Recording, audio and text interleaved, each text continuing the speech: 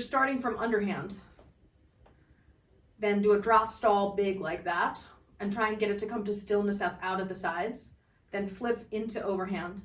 And then for your overhand one, do the iron cross, like that gymnastics move on the rings where they hold themselves up like this, where you shoot the poi out to the side and then pull it up to underhand. So bum bum, jink, bum bum, jink, bum bum, jink, bum bum, boom, jum bum, boom, bum bum, jink, bum bum, boom, bum bum, jink.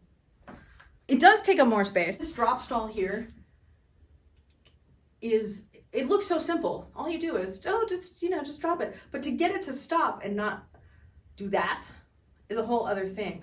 So to be able to have that level of control, as you try it, what you can do is, if you imagine as your hand is coming down, that you decelerate your arm to absorb the energy of the poi, and you sort of pull back up as it's going down, that will help still the poi as you're coming into the stall.